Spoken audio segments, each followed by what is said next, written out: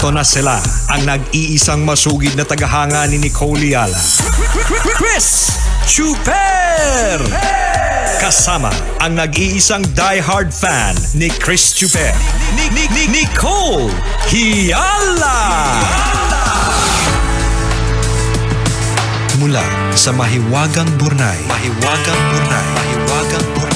ang kwento.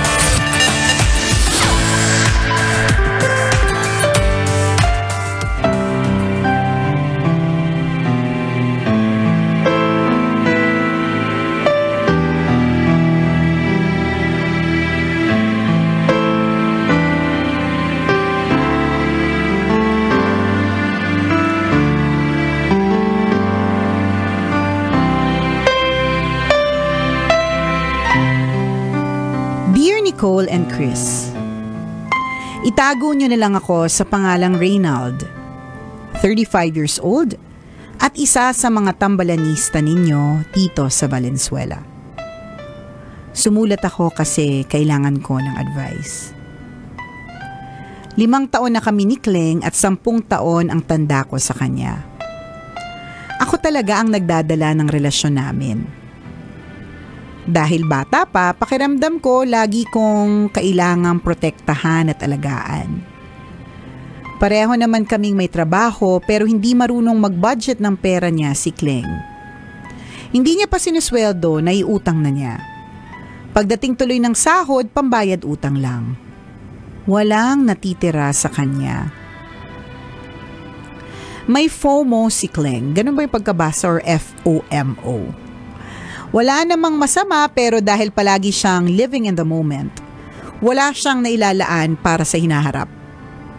Kapag may bagong pasyalan, kailangan mapuntahan niya agad. Kapag may bagong bukas na restaurant, kailangan matikman niya agad yung pagkain. Kunwari naglalakad siya sa mall at may nagustuhan siyang sapatos o bag sa show window display, papasok siya agad at bibilhin. Hindi niya muna iniisip kung kaya ba niya. Hindi niya alintana kung may sapat na pera ba siya. Bago pa lang kami napansin ko na wala na siyang budget na sinusunod. Kaya naman tinuruan ko. Sabi ko, hinahati-hati dapat ang sweldo. May nakalaan para sa mga bayarin gaya ng ilaw, tubig at renta. May nakalaan para sa pamasahe at pagkain. May nakalaan para sa luho gaya ng pagnood ng sine at pagkain sa labas. May nakalaan din para sa ipon. Ipinaliwanag ko na kahit gaano kalitang sweldo, kailangan gawin ito para hindi kinakapos. Kailangang mag-adjust at importanteng huwag gumastos ng sobra sa kinikita. Sa kabila ng paulit-ulit kong paalala, hindi pa din gumagawa ng budget si Kleng. Ang nangyayari, sa akin nakalapit lagi. Umuutang sa akin ng pang-grab o pambili ng pagkain hanggang sa susunod na sweldo. Hindi ko na nga mabilang kung magkano nang nabigay ko sa kanya kasi hindi naman niya ako binayaran kahit minsan. Hindi ko naman kasi matiis kaya kapag nagsasabi siya na kailangan niya ng pera, binibigyan ko talaga. Isinama ko na nga siya sa budget ko. Tambalan maliban na kinukonsinti ko siya. May pwede ba akong gawin para matuto siya? Baka naman may mga tips kayo dyan. Salamat sa inyong payo. Ang inyong tambalanista, Reynald.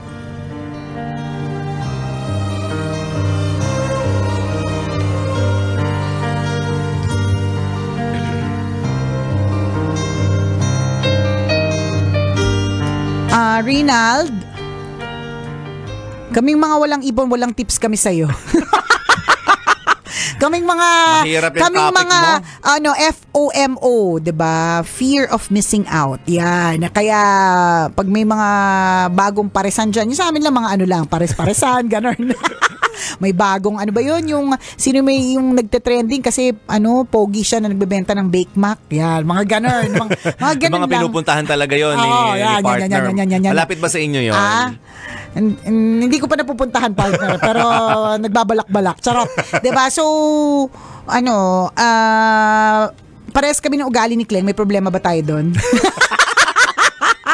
Ay nako. Alam mo it will take it doesn't happen overnight. Lahat ng mga bagay, lahat ng habits na kunyari, kinaugalian mo na. Addicted ka sa ganitong klaseng bagay. Addicted ka sa ganitong klaseng vice. Hindi yan para sermonan mo ng ilang beses, magbabago na yan. Minsan nga, it takes a difficult situation para siya na mismo sa sarili niya ang gagawa ng paraan. Ganon. Minsan, di ba ganon? Siguro I'm basing it on, I used to smoke a lot before. Na kahit anong sabihin sa akin, kahit pakitaan mo pa ako ng syempre boses ang puhunan ko, partner, 'di ba? Sa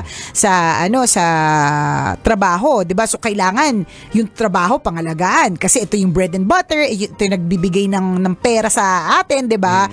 Pero kahit pakitaan mo ako ng natatandaan ko yun, ilan na nagpakita sa akin ng video ng mga nawalan ng boses, napaos, may mga may mga nakakabit na aparato para makapagsalita, ganyan. Hindi pa rin ako tumitigil. No. Ano ba 'yun? Parang kahit na may mga pinakita sa akin ng mga bagang nabulok, lahat na ng klase na nabulok nang dahil sa maninigarilyo, hindi wala siya sa akin kasi nga it was a vice, 'di ba? Ano po siya habit for a long time. So hindi siya madaling sabihin mo lang sa akin na ano ka ba naman? Alam mo bang masama 'yan, 'di ba? I'm sure si Kleng ganun din eh. Alam niyang hirap na siya, alam niyang hindi tamang humingi sa iyo. Alam niyang kaya lang hindi pa siya natututo kasi baka 'di ba? Hindi naman natin wini-wish pero it will happen eh. Yung moment na yung magbibigay sa kanya na sobrang impact na okay, kaya pala dapat pala ganun yung gawin ko. Ganun. Para matuto siya magtipid.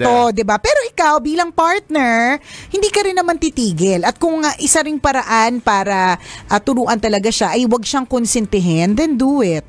'Di ba? Pwedeng try mo 'yun. Yun nga lang ang mahirap dito kapag sa iba na humingi, 'di ba? Para mas nakakahiya. May pagpatuloy lang ang kanya mga Hindi kasi may mga ganun ang habit niya. Correct, 'di ba? Actually, bisyo na nga eh. Bisyo, 'di ba? So, hindi ko naman sinasabing sana isang araw mawalan siya ng trabaho para maramdaman niya talaga na wala at kailangan niya magtipid. Hindi naman, pero merong pitik yan sa isa sa mga araw na mangyayari sa kanya na siya mismo magde-decide. Kasi kapag ganyan, it has to be a decision made by the person eh. Pero again, as a partner, hindi ka titigil. Hindi ka titigil sa pagtuturo, ganyan. Hindi lang talaga siya madali. Kasi ako mismo i-share ko lang sa iyo ano pangalan nito? Wala halo-halo na kasi. Reginald ba? Ano pangalan? Reynald, oo. 'Di ba? Between the two of us ng asawa ko, ang mas maayos sa paghawak ng pagbabudget ay sa kanya. 'Di ba usually babae yung gumagawa niya nagbabudget. Ako hindi kasi hindi ko talaga kaya na. Hindi kakayanin ko siguro seryosohin, pero kung pwede namang siya yung gumawa, edi siya na lang kasi siya naman talaga yung mas nakakontrol. At ang daming benefits nun. Like, hindi ko alam na may ganitong amount, tas kinailangan, tas may nailabas siya. Paano? Dahil sa papatak-patak na ipon niya na patukay-tukay, 1,000. Alam mo yun, kasi ako parang ano ba yung magtatabi ka ng ganyan, 'di ba? Pero siya partner, ganun yung parang katulad ni Reynald. May envelope para dito, may envelope. Kasi hodang ang ilagay ko diyan 300, la siyang pake. Kasi totoo naman ang 300 kapag ka pinatong-patong mo 'yon, 3,000 din yan. 'Di ba? Malaking tulong yung 3,000. At malaking tulong yung 3,000 na hindi mo ine-expect na meron ka palang 3,000. Parang ganun. So, ako siguro kung tatry kong ipaliwanag si Kleng, siguro kaya ganyan si Kleng kasi alam niya nagde-depend siya sa'yo eh. So ako kasi parang nagde-depend ako sa asawa ko. Pagka nga ine-explain niya sa akin yung mga bagay-bagay, sasabihin ko sa kanya, okay na yan. Ikaw naman nakakaintindi, di ba? Bahala ka na. Bahala ka na. Okay, go. Good sa akin yan. Goods, ganyan. So, hindi ako para natataranta kasi nga alam kong meron ako masasandalan. So, siguro ganun si Kleng. So baka kailangang bitawan mo siya, not literally, 'di ba? Pero yung pagtuturo baka hindi gumagana sa kanya yung pabebeng turo, 'di ba? May mga teachers na ang paraan nila is mabait. Yan, as your best friend, as a nanay, as a tatay, 'di ba? Pero minsan hindi natututo kasi masyado mabait, 'di ba? Saan sila natututo? Yung walang ibang ginawa kundi magpa-graded recitation. Yan. Yung everyday may quiz. Correct. Yung namamahiya pag namamahiya ng estudyante ganyan. Yung pinupompiang ng eraser, yung ganon. dalawang tenga, ganun. Bakit partner? Yung nampupompiang na teacher, hindi ba't doon ka nag-aaral? Hindi ka na mag-aaral doon sa Ay, may nasaksihan mabait. nga ako dati, elementary kami. Di ba? May ganun. Ganun. Natuto, tinan mo, successful na yun. Ayun, wag ka, may sarili, CEO na. Wag ka. Paano? Binitawan, hindi binaby. Ang feeling ko kasi si Reynald, binibaby, siguro kasi because you're 10 years older. So, meron kang eksenang baby mo siya eh. Totoo naman, mag-baby kayo ng isa't isa. Pero, ganun. Kaya may feeling si Kleng na, susyandal naman ako kayo. Reynald, lagi naman siyang may... lagi naman, correct. Lagi naman ako may solution. Ganyan, diba? Kaya ganun. Baka lang, kung tinatanong mo kami kung dapat konsentinin, baka hindi na. Para talagang matuto. Kasi kung alam lang lalagi may masasandalan, ganyan. Medyo tayo eh. 'Di ba kung may ganun talaga effect kapag tayo parang alam naman natin siya ang gumagawa niyo, bakit pa ako mamumblema? 'Di ba? Parang sa classroom. Totoo. Alam ko naman kapag ito yung ka-groupmate ko, wala na akong gagawin eh. Di siya na bahala, ganun. Pero kapag mapunta ka sa groupmate na alam mong talagang walang pake sa grades. Kasi may ganun eh. Sa classroom, di ba? Merong kang groupmate na may pake talaga sa grades. So, magde-depend ka sa kanya kasi hindi niya pwedeng hindi ka rin yun. Kasi grade conscious siya. Pero merong mga kaklase ka na walang pake. So, syempre magtatrabaho ka kasi yung kaklase ko bubububo din. So, kapag ka nagbubububuhan din ako dito, wala mangyayari sa group project namin, di ba? So, kikilos. Totoo yun. May ganun akong feeling kay Kleng. Correct. Oo, as a duksong dugo kay Kleng. Bilang dating kamag-anak na tumiwalag na ngayon. Hindi bilang kamag-anak. Pinuto lang kanyang Hindi partner, hindi bilang kamag-anak, kundi bilang kapwa hirap mag-ipon. Yun yung looks ng dugo namin. Ganun. Hindi, totoo yun. Hindi, tama yung mga sinabi ni partner. In a way, you also have a contribution to her habit. May hambag ka dito. Correct. Medyo hindi lang ako komportable nung sinabi mong ikaw yung nagdadala ng relationship. Wag mong sasabihin na gano'n. Kasi parang sinasabing wala siyang role. Wala siyang ambag sa'yo. Di ba? Nasaktan si Clay. Diba? Kasi totoo yun. Kasi sa dalawang nagmamahalan, pareho kayo may strength eh. Hindi pwedeng ikaw lang lagi. Hindi pwedeng, ako kasi nagdadala sa relasyon naming dalawa. So, medyo, in a way, kung sensitive yung girlfriend mo, offensive ito for her. So, maging maingat ka sa ganong klase ng statement. So, sa madaling salita, sa amin mo lang sabihin, huwag mo masabi-sabi kay Clay, baka sensitive yun. Magtampo yan, ubusin niya isang long neck mamaya. Correct. Tapos ikaw lang pala nagdadala ng relasyon natin dalawa. Ano pang silbi ko? Ubusin ko yung long neck, ikaw magbayad. Kasi syempre wala na nga siyang pera, di ba? Isipin mo na nga, nag-long neck na nga siya, ikaw pa nagbayad. Bawat tao may kanya-kanyang strength. Maaaring strength mo kasi yung financial aspect ng relationship. Kaya sinasabi mo ikaw yung nagdadala ng relationship, and aside from that, ikaw din yung mas may edad, kaya kiniklaim mo na ikaw yung nagdadala sa relationship.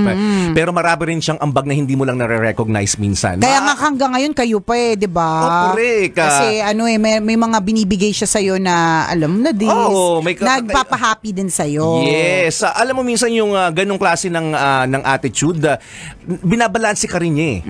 Di ba na, kunyari, ikaw ipon, pero wala ka palang experience. Ay, hindi ka pala masayang kasama, hindi ka masayang kabanding, puro ka serious.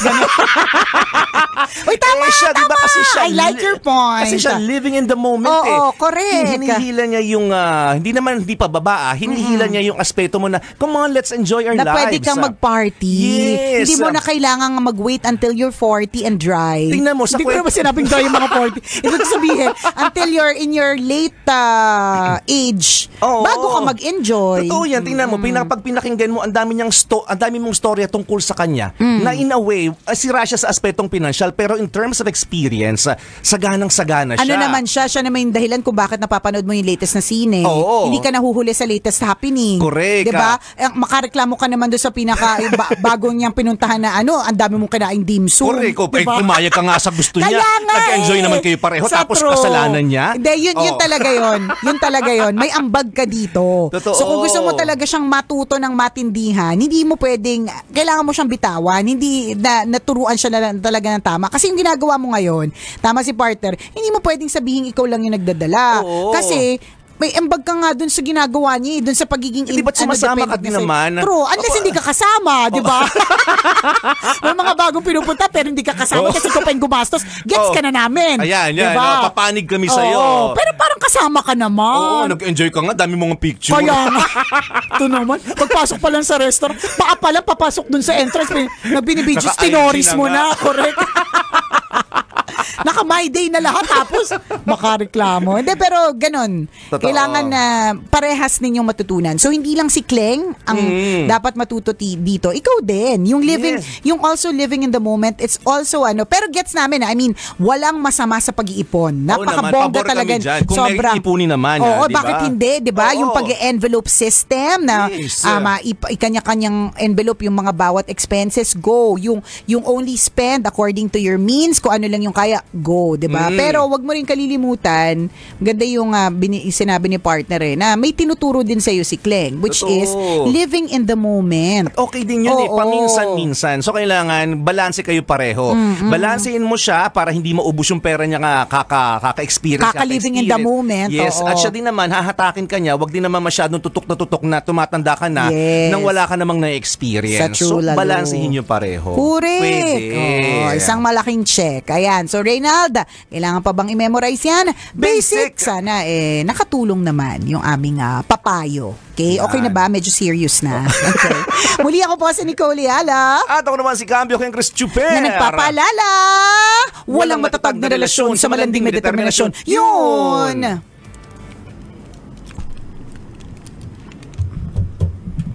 Actually, maganda nga yung balance ninyong dalawa eh. Oo, hindi kayo parehong kuripot. Correct. Hindi, yun, parang merong marunong, parang may mangingino, may sober. Yung merong all out uminom, pero sigurado makakauwi ng safe kasi may kasama siya na laging sober.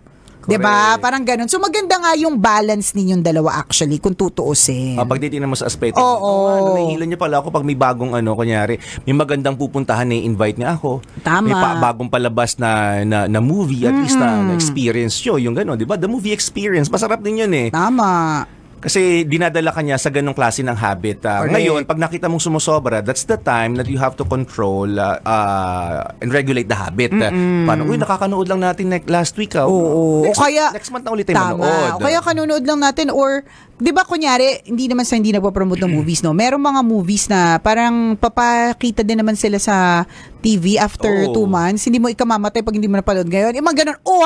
Or, ang ganda rin naman na pina-experience niya mapanood mo on the big screen. Yes. Diba? Kasi iba din naman talaga yung feels nun. Ganun. So, pero feeling ko nga magandang balance nga kayong dalawa eh. Totoo. Diba? Sa inyong dalawa, di ba magkapagkaiba din kayo ng perspective sa financial aspect ng relationship ninyo? Si partner, living in the moment ka ba or waldas?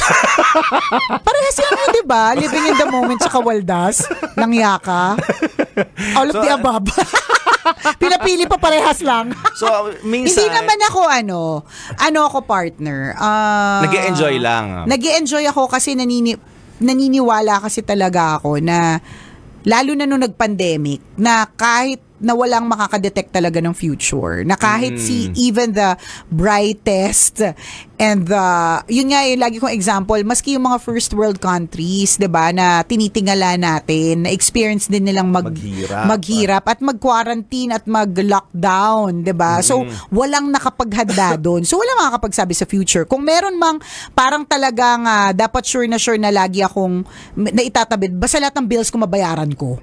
So pag alam kong mababayaran ko na siya, that's the time. Oo, that's the time. Plus, talaga mahilig talaga ako sa I deserve it. Yun nga lang, mas nagiging wise na ako ngayon. Ibig sabihin, konti-konti na lang. Yung hindi alam ng asawa ko, gano'n. Oo. Yung wise yun eh. mga para-paraan ko kay partner dati. Partner, iwan ko muna yung bagong bili kong palda, ha? Huwag mo sasabihin sa asawa ko nag-order ako, sabihin mo, bigay. Yun, wise yun. Wise. Hindi, wise na ako, hindi na marami. Paunti-unti na lang. Hindi, wise na in a way na pagkaalam ko namang madami na ako of that thing, hindi ko na kailangan. Tapos, hindi ko naman siya magagamit. Noon kasi parang, okay, I deserve it kahit hindi na mag-iisip. Pero yung nag-i-indulge, Oo naman, Meaning, I kailangan ko indulge. ng mahal na sapatos, bibilhin ko talaga to. Hindi. Siguro kung dati, nag-i-indulge ako sa mahal lang, nung mga noon. Ngayon, hindi. Oo. Nag-i- Libre-libre. Umaasa sa libre. Oo, na pwede. Or kung pwede ko siya makuha ng libre. Or hindi ko na lang siya bibilin. Or pwede ko siya makuha ng lesser price. Or hindi ko kailangan yung branded version. Di ba? Kasi nga, ini-influensyahan ka ng asawa mo na hindi dapat gano'n. Oo, na hindi dapat. So, Kaya pag halimbawa, sinasabi niya sa akin na deserve ko, hindi ako nag-alinlangan, hindi ako maarte. Pag sinasabi niya, hindi, bilhin mo na yan. Talaga, kasi siya yung nagpipigil na, meron ka na naman yan, or ganyan. Pero pag nakita niyang, deserve ko yun, parang wala pa ako nun, ganyan, dun, yun. Parang it's always, you have to adjust. Hindi pwedeng tanggapin niya na lang, parang si Kleng, hindi pwedeng sabihin na lang ni Kleng na, ganito ako, waldas, living in the moment. Dapat, adjust ka din, di ba? Ano ka rin, matuto ka din, ganun. Pakinggan mo rin yung sinasabi ng partner mo kasi importante yun eh. Tama. Hindi ka naman mapapasama dun actually. Yes. Kay yung mga ways ni Reynald, hindi ka mapapasama dun. Sabi ko nga sa'yo, partner, ilang beses na nangyari na parang, may ganyan tayo. Parang inisip ko, paano natin babayaran yung ganun? Sabi niya, hindi mo ba naalala? Sabi ng asawa ko, meron. Yung part ng TF mo, nilagay natin sa ganito eh. Parang ganun. Talaga? Okay. So malaking bagay. Malaki. So hindi siya tukleng kung nakikinig ka. Reynald is also good for you. Makinig ka. Huwag kang laging laging waldas. Oo. At ikaw din naman, Reynald, pakinggan mo din minsan si Kleng. Kasi minsan okay din naman yung nag-i-indulge. Oo, kasi Kailangan totoo. natin yun. Oo, kasi partner, 'di ba? Kailan pa? Sabi mo nga matanda ka na. Ayo, 'di ba? Ikaw na sabi. I mean, sa'yo nang galing information na yan, 10 years older ka. Hindi namin alam kung ano ibig sabihin ng 10 years older. 60 ka na ba? 70, Ganun. Na dapat may experience mo din yung mga ilang masasayang bagay. Oo, kung 60 ka na, na-experience ni Kleng. kung 60 ka na, dapat na talaga. Kung dapat na talaga kung 60 ka na. Ganun. Pwedeng balansehin. Okay, Docs? O siya. Babush mga kabisyo. Happy weekend po. Bye-bye. Bye. Kailangan pa bang i-memorize yan? Love Radio. Basic!